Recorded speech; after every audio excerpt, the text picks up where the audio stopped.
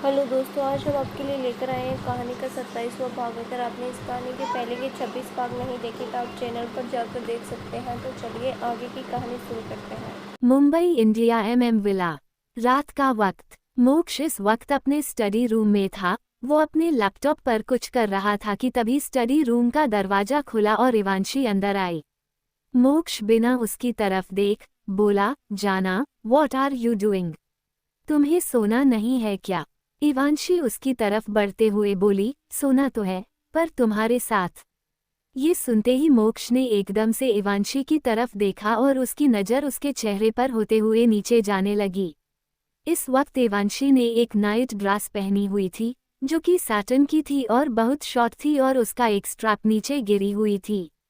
मोक्ष गहरी सांस लेकर बोला, जाना, स्टॉप डूइंग दिस। इवांशी उसकी तरफ बढ़ते हुए बोली, पर मैंने तो कुछ भी नहीं किया, मुझे नींद आ रही है। बोलते हुए सीधे जाकर मोक्ष के लैप पर बैठ गई। मोक्ष गहरी सांस लेकर बोला, जाना, stop doing this. You know I can take control already मेरी। इवांशी बीच में बोली, मुझे सब पता है, जस्ट रिलैक्स ओके। मुझे पता है कि एक इंटरकोर्स तुम्हें बहुत अच्छे से शांत कर सकते हैं। ये सुनते ही मोक्ष ने एकदम से लैपटॉप बंद किया और इवांशी की आंखों में देखकर बोला, आयशो कि मुझे शांत करने के लिए तुम्हें ये करना है। इवांशी मुस्कुराते हुए बोली, मिस्टर मोक्ष मलिक, तुम पूछते रहते हो, जैसे तुम बहुत शरीफ इंसान हो। ये सुनते ही मोक्ष के चेहरे पर एक तिरछी मुस्कान आ गई और वो धीरे से बोला, शरीफ तो मैं बिल्कुल नहीं हूँ। बोलकर उसने इवांशी के बालों को मुट्ठी में भरा और अगले ही पल उसने इवांशी के होठों को कैप्चर कर लिया। इवांशी ने कसकर अपनी आंखें बंद कर ली और वो खुद मोक्ष का साथ देने लगी। वो दोनों एक दूसरे को किस करते हुए पूरी तरीके से एक दूसरे में खोने लगे थे। थोड़ी देर बाद मोक्ष ने इवांशी के लोअर लिप को बीते करते हुए उसके होंठों को छोड़ा और फिर उसने इवांशी का सर टेढ़ा करते हुए उसके गर्दन पर किस करना शुरू कर दिया। इवांशी की आंखें बंद थीं और वो सिसकियां भर रही थी। उसका एक हाथ मोक्ष के बालों में था और दूसरा हाथ उसके कंधे पर था। मोक्ष ने एकदम से इवांशी के कंधे पर बाइट किया, जिस वजह से इवांशी के मुंह से हल्की सी चीख निकल गई। उसने अपनी आंखें खोलकर मोक्ष को देखा और देखते ही उसके दिल की धड़कन बढ़ गई, क्योंकि इस वक्त मोक्ष की आंखों में पैशनेट लस्ट था। इवांशी धीरे से बोली, मोक्ष। तभी मोक्ष बोला, अब बहुत देर हो चुकी है, जाना। बोलकर वो इवांशी को लेकर खड़ा हुआ और सोफे के पास जाकर उसने इवांशी को सीधे सोफे पर फेंका और फिर खुद उसके ऊपर आ गया। वो सोफा इतना बड़ा था कि उसे पर दो लोग आराम से लेट सकते थे। इवांशी का हाथ मोक्ष के कंधे से होते हुए नीचे जाने लगा। तभी मोक्ष ने अपनी टी शर्ट उतारकर एक कोने में फेंकी और उसने इवांशी को एकदम से उठाकर बैठाया। इवांशी हल्का सा और आगे बढ़ी और उसने मोक्ष के होठों को खुद कैप्चर कर लिया। मोक्ष ने इवांशी की नाइट ड्रेस उतारते हुए इवांशी के होंठों को छोड़ा और फिर से उसे वापस लिटा दिया। मोक्ष वापस इवांशी के ऊपर आया। उसकी नजरें उसके चेहरे से होते हुए नीचे जाने लगे। मोक्ष की नजरों को देखते हुए इवांशी ने एकदम से अपनी आंखें बंद कर ली। वही मोक्ष ने उसके फोरहेड पर किस की और फिर उसके पूरे चेहरे पर किस करते हुए नीचे बढ़ने लगा। इवांशी के पीने के पास पहुंचते ही मोक्ष ने एक बार सर उठाकर उसके चेहरे की तरफ देखा और फिर तिरछा मुस्कुराते हुए वो वापस से उसके अप्पर बॉडी पर किस करने लगा। इवांशी की सिसकियां और बढ़ती जा रही थी। उसने मोक्ष के टॉसों पर अपने दोनों पैर रब कर लिए और उसके बालों को जोर से खींचा। अचानक इवांशी के मुंह से हल्की सी चीख निकालकर उसने मोक्ष को देखा, जो कि खुद उसे देख रहा था। इवांशी धीरे से बोली, तुम स्टॉप टॉर्चरिंग मी। बोलते हुए इवांशी ने फिर से अपनी आंखें बंद कर लिया और उसने मोक्ष के बालों को और जोर से खींचा। मोक्ष की उंगली उसके ऊपर बॉडी पर स्किलफुली चल रही थी। धीरे धीरे मोक्ष नीचे जाने लगा। इवांशी की लोअर बॉडी के पास पहुंचते ही मोक्ष ने एक बार वापस से उसके चेहरे की तरफ देखा, जो कि पूरी तरीके से लाल हो चुका था। उसकी आंखें अभी भी बंद थी। मोक्ष तिरछा मुस्कुराते हुए बोला, बस जाना, मौका तो तुमने खुद दिया है, अब अच्छे से झेलना भी पड़ेगा। बोलकर उसने अपना चेहरा फिर से झुका लिया और इसी के साथ इवांशी के मुंह से एक जोर की सिसकी निकाली और इसी के साथ वो आवाज और बढ़ती चली गई। मोक्ष ने इवांशी के दोनों थाइस को कसकर पकड़ हुआ था। वही इवांशी ने अपने टो को कर्ल कर लिया और अपने हाथों की कसकर मुट्ठी बना ली थी। थोड़ी देर बाद मोक्ष वापस से इवांशी के चेहरे के पास गया और उसने इवांशी के होठों को कैप्चर कर लिया। इवांशी थोड़ी साल्टीनेस फील कर सकती थी। थोड़ी देर बाद उन दोनों के होंठ अलग हुए और वो दोनों एक दूसरे की आंखों में देखने लगे। इवांशी धीरे से बोली, आई एम टायर्ड। मोक्ष कुछ पल रुककर बोला, इतनी जल्दी जाना। इवांशी कुछ पल रुककर बोली, तुम हमेशा हाई स्टिम्युलेट करते हो, मेरे पैर देख रहे हो कैसे शिवर कर रहे हैं। ये सुनते ही मोक्ष की नजरें इवांशी के पैरों की तरफ चली गई, जो कि सच में कांप रहे थे। मोक्ष उसके गाल पर किस करके बोला, डोंट वरी जाना, थोड़ी देर में दर्द भी शुरू हो जाएगा।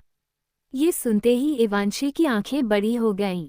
तभी मोक्ष वापस से अच्छे से उसके ऊपर आया और अगले ही पल इवांशी के मुंह से एक तेज चीख निकली और उसने कसकर अपनी आंखें बंद कर ली। धीरे धीरे उन दोनों की आवाज बढ़ती जा रही थी और स्किन स्लैपिंग के साथ कर्सिंग की आवाज भी आ रही थी। थोड़ी देर बाद मोक्ष धीरे से बोला, फक जाना। बोलते हुए वो इवांशी के ऊपर पूरी तरीके से लेट गया। इवांशी धीरे से बोली, अगेन। मोक्ष कुछ पल रुककर बोला, वी कैन। बोलकर वो खुद बेड पर लेटा और उसने इवांशी को अपने ऊपर खींच लिया। करीब 1.5 घंटे बाद इवांशी मोक्ष के ऊपर लेटी हुई थी और मोक्ष उसके बालों में अपनी उंगलियां चल रहा था। इवांशी धीरे से बोली, नाउ अब कैसा फील हो रहा है तुम्हें? मोक्ष कुछ पल रुककर बोला, बेस्ट, तुम मेरे साथ इस पोजीशन में रहो तो मुझे हमेशा अच्छा फील होगा। जाना, और thank you, I really need it. Ivanshi उसे देखते हुए बोली, मुझे पता था, तभी तो तुम्हें सेड्यूस किया। मोक्ष उसकी आंखों में देखते हुए बोला, जाना, यू आर रियली गुड सेडिक्ट्रेस। इवांशी कुछ पल रुककर बोली, रियली अगर मैं बाहर जाऊं पार्टी में और ऐसे किसी को सेड्यूस। उसने इतना ही कहा था कि तभी मोक्ष ने एकदम से उसके कंधे पर जोर से बाइट किया। इवांशी के मुंह से चीख निकल गई और उसने अपने कंधे पर हाथ रखा और हैरानी से मोक्ष को देखने लगी। मोक्ष उसकी आंखों में देखते हुए बोला, मजाक में भी ऐसी बकवास बर्दाश्त नहीं मुझे, तो अपने मुंह को थोड़ा संभालो जाना। इवांशी धीरे से बोली, सॉरी, गुस्सा करने की जरूरत नहीं है। मोक्ष ने उसकी बात का कोई जवाब नहीं दिया। उसने इवांशी को सोफे पर बैठाया और खुद भी खड़ा हो गया। इवांशी धीरे से बोली, मुझे शावर की जरूरत है, सब कुछ इतना ज्यादा। वो अभी बोल रही थी कि तभी मोक्ष ने उसे एकदम से खड़ा किया और फिर उसे अपनी टी शर्ट पहनाते हुए बोला, जाना, तुम्हें रियलाइज नहीं होता कि तुम क्या बोलती हो। इवांशी झट से बोली, सॉरी ना, मैं तो मजाक कर रही थी, मुझे नहीं पता था तुम इतनी सीरियस हो जाओगे, प्लीज गुस्सा नहीं। बोलते हुए उसका मुंह बन गया था। मोक्ष ने कुछ पल उसे देखा और फिर अगली पल उसने इवांशी को ब्राइडल स्टाइल में उठा लिया। इवांशी धीरे से बोली, आई लव यू, बोलकर उसने मोक्ष के गाल पर किस की और फिर उसके कंधे पर अपना कर रख लिया। बेडरूम तक पहुंचते पहुंचते ही इवांशी की आग लग चुकी थी। मोक्ष ने कुछ पल उसे देखा और फिर उसने बिना कुछ बोले इवांशी को बेड पर लेटाया और फिर वॉशरूम चला गया।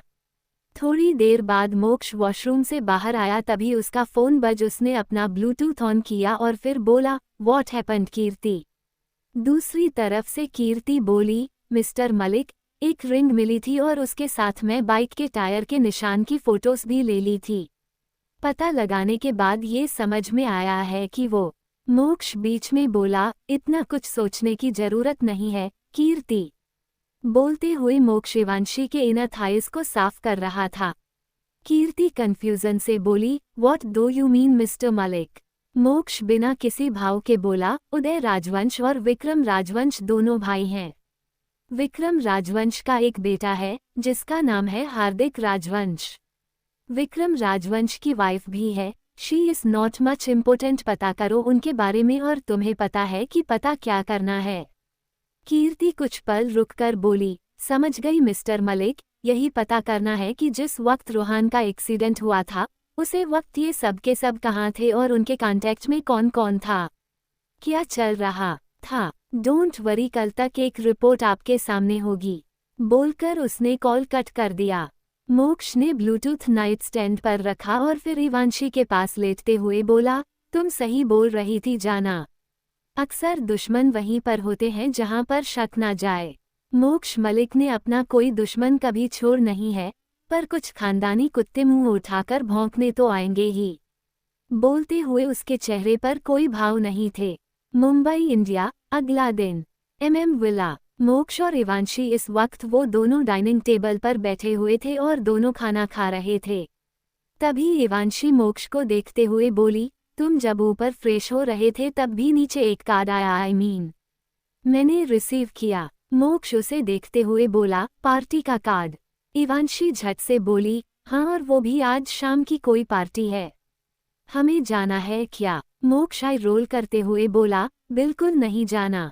आई डोंट लाइक पार्टीज, तो फिर हम पार्टी में नहीं जाने वाले, इससे बेटर हम घर पर कुछ कर लेंगे। और इवांशी बीच में बोली, मैं समझ रही हूँ, घर पर कुछ कर लेंगे कि इसका मतलब होता क्या है? बाय द वे सीरत, वो चली गई क्या? मोक्ष एकदम से इवांशी को देखकर बोला, जाना हमारे बीच ये सीरत बीच में कहाँ से आ गई? इवांशी उसे देखकर बोली, तुम्हें अपना मूड खराब करने की जरूरत नहीं, बस ऐसे ही पूछ रही थी। अगर नहीं बताना है तो। मोक्ष बीच में बोला, वो चले गए जहाँ से आई थी और हमारे लाइफ से भी चली गई है, तो स्टॉप थिंकिंग अबाउट इट, और उसका नाम मुझे तुम्हारी जुबान पर अब नहीं चाहिए। इवांशी धीरे से बोली, ओके, बोलकर वो खाने पर ध्यान देने लगी। खाने के बाद वो दोनों घर से बाहर निकले। थोड़ी देर बाद मोक्ष ड्राइविंग कर रहा था और इवांशी उसके बगल में बैठी हुई चुपचाप बाहर देख रही थी। तभी मोक्ष अचानक से बोला, जाना। ये सुनते इवांशी एकदम से मोक्ष को देखा। मोक्ष सामने देखते हुए बोला, लिसन, आई एम सॉरी तुमसे रूड होकर बात की मैंने, लेकिन मुझे उसे सीरत का नाम पसंद नहीं है। इवांशी हल्का सा मुस्कुराकर बोली, I understand and I am sorry, अब कभी भी उसका जिक्र नहीं करूंगी, ओके। मोक्ष ने इवांशी का हाथ अपने हाथ में लिया और हल्का सा मुस्कुराकर बोला, यू आर द बेस्ट जाना। इवांशी मुस्कुराते हुए बोली, नॉट मोर देन यू, बोलकर वापस बाहर देखने लगी। थोड़ी देर बाद मोक्ष ने अपने ऑफिस के बाहर गाड़ी रोक इवांशी उसे देखकर बोली, तुम मुझे यहाँ पर क्यों लेकर आए हो? मतलब? मोक्ष बीच में बोला, इवेंट मैनेजर हो ना तुम, कॉन्ट्रैक्ट देना है तुम्हें। इवांशी मुस्कुराकर बोली, ओके मिस्टर मलिक। मोक्ष इवांशी को लेकर सीधे ऑफिस के अंदर गया और उन दोनों को देखते ही सभी ने उन दोनों को विश किया। वहीं मोक्ष सबको इग्नोर करते हुए इवांशी को सीधे लिफ्ट में ले गया। इवांशी मोक्ष को देखकर बोली, तुम कभी किसी का जवाब क्यों नहीं देते? सब कितने अच्छे से तुम्हें मॉर्निंग विश कर रहे थे।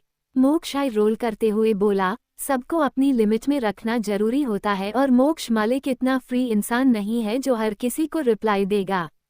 Very simple. इवांशी कुछ बोल पाती कि तभी लिफ्ट का दरवाजा खुला और फिर मोक्ष इवांशी को लेकर सीधे अपने केबिन में गया।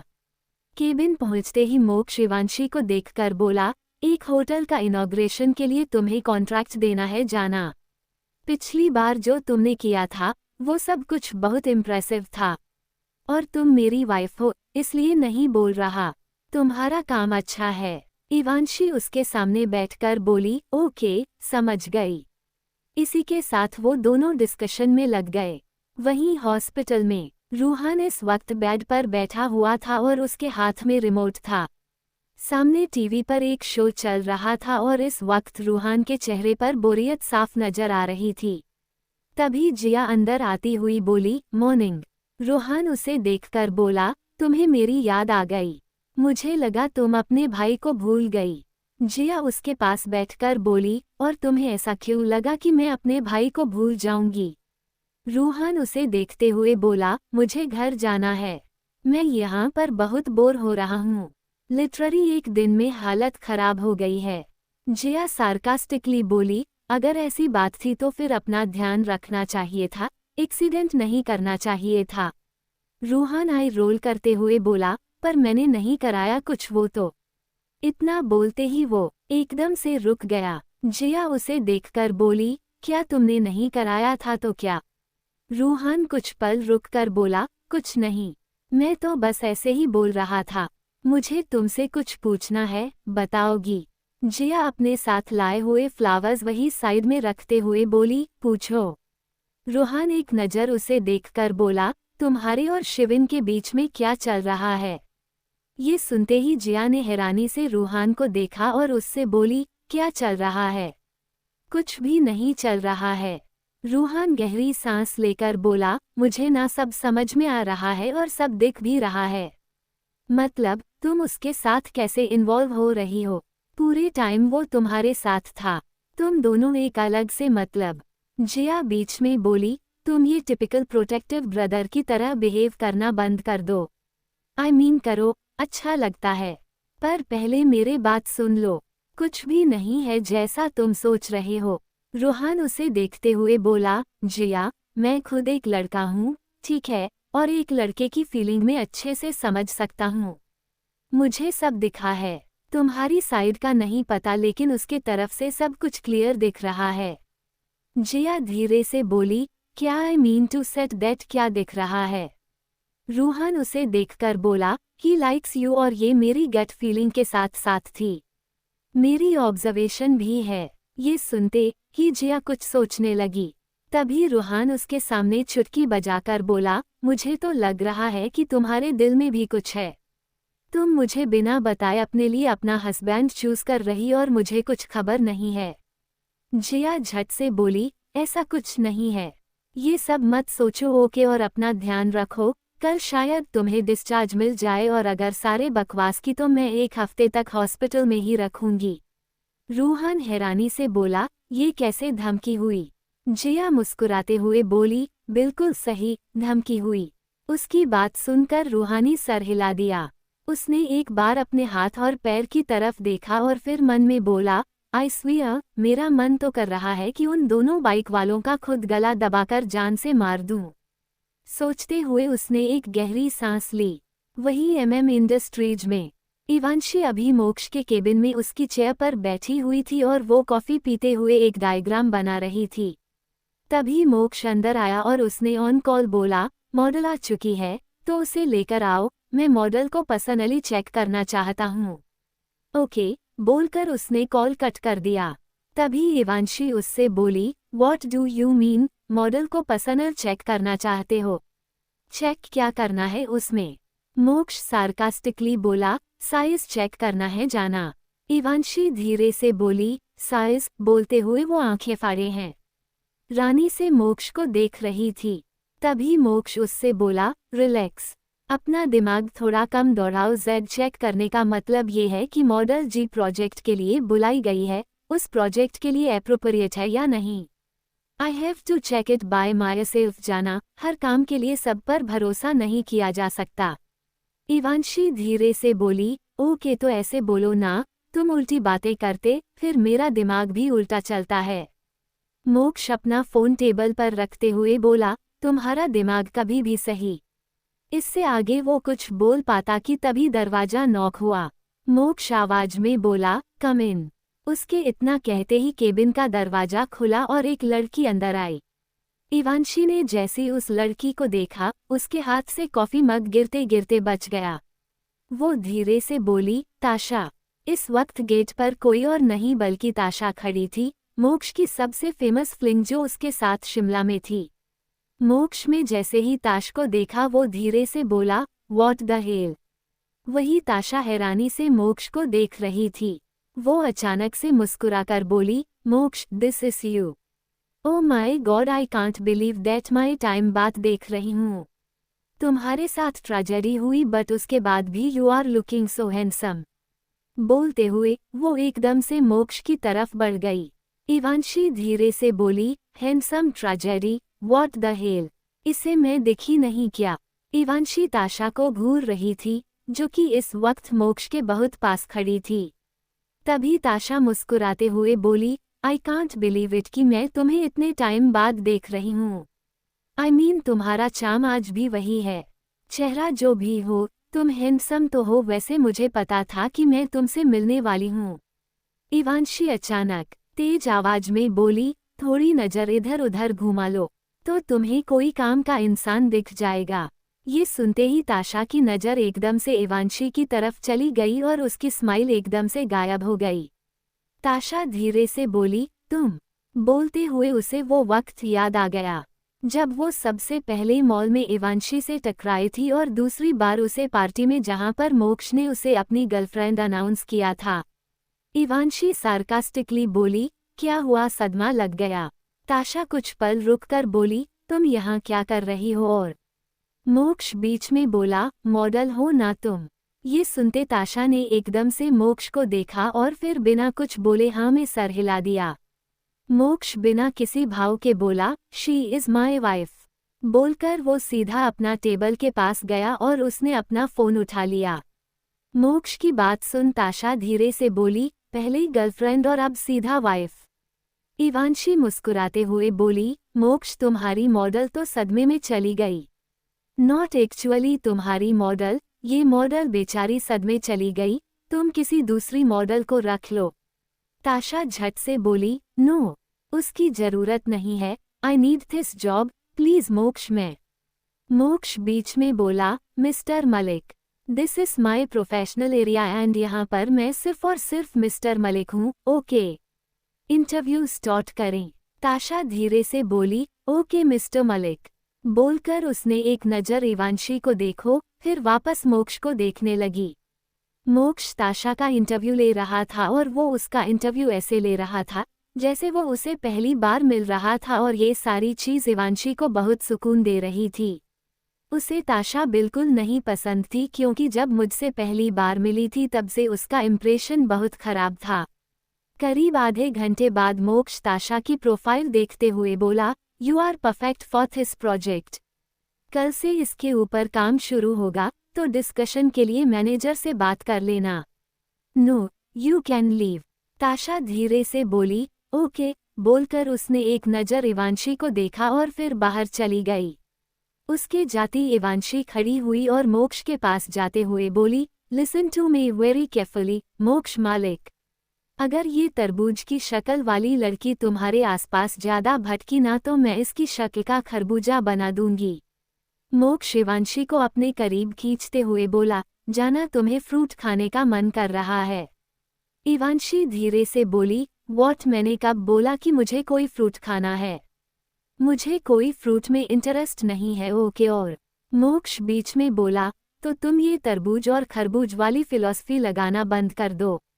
इवांशी चिढ़ते हुए बोली, मैं बहुत सीरियस होकर बात कर रही हूँ। मोक्ष उसके गाल पर हाथ रखकर बोला, लगा तो नहीं रहा, एवं you are looking like a लाल बंदरिया। इवांशी उसे घूरते हुए बोली, तुम मेरी इंसल्ट कर रहे हो। एक मिनट, कहीं तुम्हें उस ताशा पाशा में इंटरेस्ट नहीं आ गया है? लेकिन तुम मेरे हो, ओके? अगर तुमने उसके बारे में सोचने की कोशिश भी की ना तो मैं तुम्हारे दिमाग का कचरा बनाकर रख दूंगी। और वो अभी बोल रही थी कि तभी मोक्ष ने एकदम से उसे टेबल पर बैठाया और खुद उसके पैरों के बीच आ गया। इवांशी हैरानी से अपनी आंखें बड़ी बड़ी करके मोक्ष को देखने लगे। तभी मोक्ष उसके गर्दन पर हाथ रखते हुए बोला, तुम्हें ऐसा लगता है जाना कि मैं तुम्हारे अलावा किसी और के बारे में सोचूंगा? Do you really think that कि तुम्हारा मोक्ष तुम्हारे ख्यालों से कभी फ्री होगा? इवांशी धीरे से बोली, तुम ये। मोक्ष बीच में बोला, और कोई बात नहीं, सिर्फ और सिर्फ हाँ या ना। बोलते हुए वो अपने अंगूठे से धीरे धीरे इवांशी के होठों को फैलने लगा। इवांशी धीरे से बोली, नहीं। मोक्ष उसकी आंखों में देखते हुए बोला, एग्जैक्टली जाना, मैंने खुद को भी हक नहीं दिया है कि मैं तुम्हारे ख्यालों से आज़ाद हो सकूं। तो तुम्हें लगता है कि कोई और आकर के मुझे तुम्हारे ख्यालों से आज़ाद कर सकता है? इवांशी फिर से बोली, नहीं। मोक्ष उसके सर से अपना सर जोड़ते हुए बोला, बस फिर उल्टा सीधा सोचना बंद कर दो। सिर्फ इतना सोचो कि तुमने गलत होने की जरूरत नहीं है, क्योंकि मोक्ष मलिक इवांशी माथुर का तब से है जब से शिमला की उस ठंड भरी रात में तुम दुल्हन के जोड़े में मुझे टकरा गई थी। साजिश तुम्हारी थी, लेकिन शिद्दत तब मेरी हो चुकी है। Got it? इवांशी कुछ पल रुक कर बोली, ओके गॉट इट, समझ गई। अब तुम मुझे ऐसे डराना बंद करो। मोक्ष सार्कास्टिकली बोला, रियली जाना, तुम्हें ऐसे डर लग रहा है? इवांशी धीरे से बोली, वैसे वाला डर नहीं लग रहा पर ऐसे डर लग रहा है। मतलब कभी कभी तुम कुछ ज्यादा ही अलग तरीके से बातें करते हो तो वो डर लग है। मोक्ष ने एक बार इवांशी के लिप पर हल्की से किस की और फिर उसकी आंखों में देखकर बोला, तुम्हें पता है जाना, तुम्हारी खासियत क्या है? इवांशी कुछ पल रुककर बोली, मुझे नहीं पता। मोक्ष उसका गाल पिंच करते हुए बोला, तुम कुछ बनने की कोशिश नहीं करती। आई नेवर थॉट कि मुझे प्यार होगा, वो भी तुमसे। तुम जो हो वो कोई हो नहीं सकता और तुम जैसी हो उसके अलावा मुझे कोई भी ऐसी वैसी चाहिए ही नहीं। ये सुनते इवांशी के फेस पर एक बड़ी सी स्माइल आ गई थी। इवांशी अचानक से बोली, अगर तुम्हारा काम खत्म हो चुका हो तो हम बाहर चले। मोक्ष उससे दूर होते हुए बोला, कहाँ? इवांशी कुछ पल रुककर बोली, कहीं भी, सिर्फ तुम और मैं। मोक्ष उसके तरफ हाथ बढ़ाकर बोला, तो चलो। इवांशी ने मोक्ष के हाथ में अपना हाथ रखा और वो टेबल से उतर गई। मोक्ष उसका हाथ पकड़कर उसे लेकर केबिन से निकल गया। वहीं दूसरी तरफ एक बॉक्सिंग रिंग के बाहर एक आदमी एक तरफ बेंच पर आराम से लेटा हुआ था। उसके नाक पर हल्की सी चोट आई हुई थी और उसने अपने दोनों हाथ में बॉक्सिंग ग्लव्स पहने हुए थे। साथ ही वो लंबी गहरी सांस से ले रहा था। तभी एक लड़की उसके पास आकर बोली, हारना है क्या? बॉक्सिंग मैच से पहले कोई ड्रग्स कैसे ले सकता है? वो आदमी बिना किसी भाव के बोला, मैं लेटा हूँ, कोई प्रॉब्लम? बोलते हुए वो एकदम से उठकर बैठ गया। उसके सामने खड़ी लड़की चिढ़ते हुए बोली, मिस्टर हार्दिक राजवंश, तुम्हें यही नहीं करना है। हार जाओगे तो फिर पछताओगे। ये सुनते ही हार्दिक ने अपने सामने खड़ी लड़की को देखा और फिर मुस्कुराकर बोला, हार्दिक राजवंश किसी से नहीं हारता। मायशा, तो ये बकवास मत करो। थोड़ी देर में बॉक्सिंग स्टार्ट हो चुकी थी और इस वक्त हार्दिक के साथ एक और आदमी रिंग में था। उन दोनों के बीच प्रॉपर मैच चल रहा था। हार्दिक ने ड्रग्स ली थी, जिस वजह से उसे अब सब कुछ धुंधला धुंधला दिख रहा था। सामने वाले आदमी ने एक बार हार्दिक के पेट पर मारा। अगले ही पल हार्दिक ने उसके नाक पर मारा और उसका सर पकड़कर सीधे साइड में लोहे की स्टैंड पर दे मारा। एकदम से उसे पूरे एरिया में शांति छा चुकी थी। उसे हार्दिक के सामने वाला आदमी गिर गया था और वो जोर से चीखने लगा।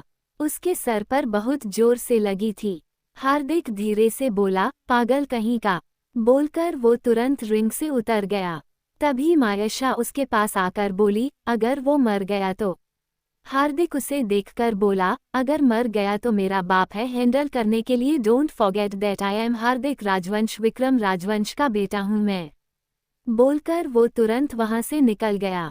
मायशा धीरे से बोली, बाप के नाम का घमंड है इसे, पर घमंड में कोई किसी की जान ले कैसे सकता है? ये तो कोई लॉजिक नहीं हुआ।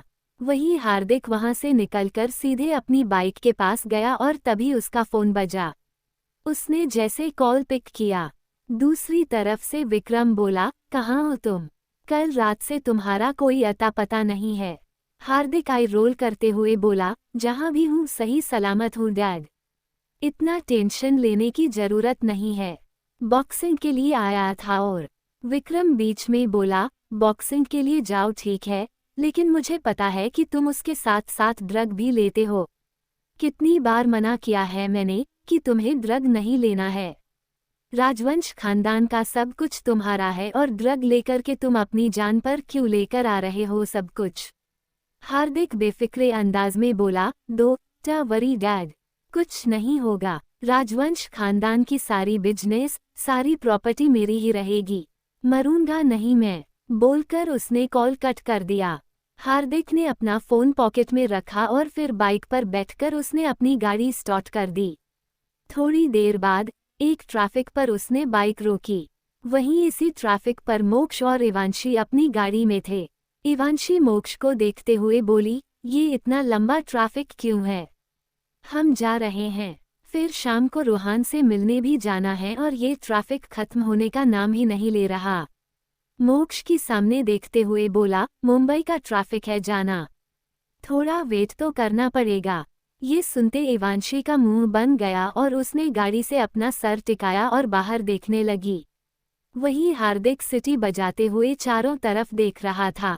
तभी उसकी नज़र एकदम से अपने सामने वाली गाड़ी के साइड मिरर में गई, जिसमें इवांशी का चेहरा दिख रहा था। इधर इवांशी धीरे से बोली, ट्रैफिक। इस ट्रैफिक की तो ऐसी की तैसी, आई डोंट लाइक इट। इससे अच्छा तो शिमला जाकर बस जाऊं। बोलते हुए उसके फेस पर जो एक्सप्रेशन थे, वो किसी को भी हंसने पर मजबूर कर सकते थे। हार्दिक धीरे से बोला, पागल लड़की। तभी मोक्ष इवांशी को देखकर बोला, जाना what the hell are you doing. Ivanshi वैसे ही बाहर देखते हुए बोली, क्या कर रही हूं मैं, कुछ भी नहीं। मोक्ष ने एकदम से उसका हाथ पकड़कर उसे अंदर किया और उसकी आंखों में देखते हुए बोला, ऐसे प्यारे प्यारे एक्सप्रेशन सबको दिख रही हो, बाहर तुम्हारी शक्ल दिख रही है। इवांशी धीरे से बोली, तो उसमें क्या बात हुई? अब कोई ऐसी बात तो नहीं है ना, कि कोई मुझे देखेगा मेरे पीछे पड़ जाएगा। ये सुनते ही मोक्ष ने कुछ पल इवांशी की आंखों में देखा और फिर धीरे से बोला, जान से मार दूंगा। ये सुनते इवांशी के दिल की धड़कनें एकदम से बढ़ गई। वही हार्दिक अभी भी उसे मिरर की तरफ देख रहा था, पर अब इवांशी का चेहरा उसमें नहीं था। इवांशी कुछ बोलती कि तभी एकदम से उसकी नज़र सामने गई। ग्रीन लाइट हो चुकी थी। मोक्ष ने गाड़ी स्टार्ट कर दी। वही हार्दिक ने मोक्ष की गाड़ी के पीछे अपनी बाइक लगा दी। इवांशी ने कुछ पल उसे देखा और फिर वो वापस से विंडो से कर टिककर बाहर देखने लगी। हार्दिक की नज़र जैसे ही मिरर में इवांशी के चेहरे पर गई, वो धीरे से बोला, फाइनली, फिर से। बोलकर उसने अपनी बाइक की स्पीड नॉर्मल रखी और फिर मोक्ष की गाड़ी को फॉलो करने लगा। इवांशी ने अपना हाथ हल्का सा बाहर किया, तभी मोक्ष उससे बोला, स्टॉप इट जाना।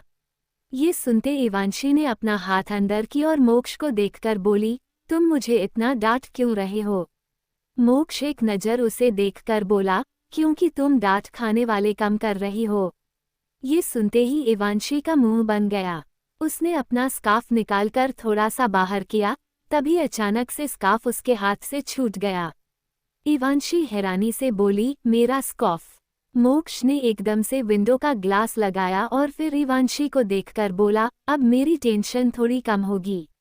इवांशी धीरे से बोली, तुम मुझे ऐसे बच्चों की तरह ट्रीट करते ना तो मुझे बिल्कुल अच्छा नहीं लगता। और मोक्ष बीच में बोला, तुम्हें अच्छा नहीं लगता तो तुम्हारी प्रॉब्लम है जाना। मुझे घंटा फर्क नहीं पड़ता। ये सुनते इवांशी उसे घूरने लगी। वही इवांशी का स्कार्फ सीधे हार्दिक के चेहरे पर आकर लगा। हार्दिक ने जल्दी से अपनी बाइक रोक दी। हार्दिक ने इवांशी का स्कार्फ अपने हाथ में लिया और धीरे से बोल, व्हाट अ सीन। किसी मूवी का सीन लग रहा है, हो कौन तुम? बोलते हुए उसने सामने जाती हुई गाड़ी को देखा और एक नज़र गाड़ी के नंबर को देखकर उसने अपनी बाइक वापस मोड़ ली, लेकिन इस बार इवांशी का स्कार्फ भी उसके पास था। तो दोस्तों आगे क्या होगा जानने के लिए इस कहानी का अगला भाग जरूर देखें, जो बहुत जल्द ही इस चैनल पर प्रसारित किया जाएगा। धन्यवाद।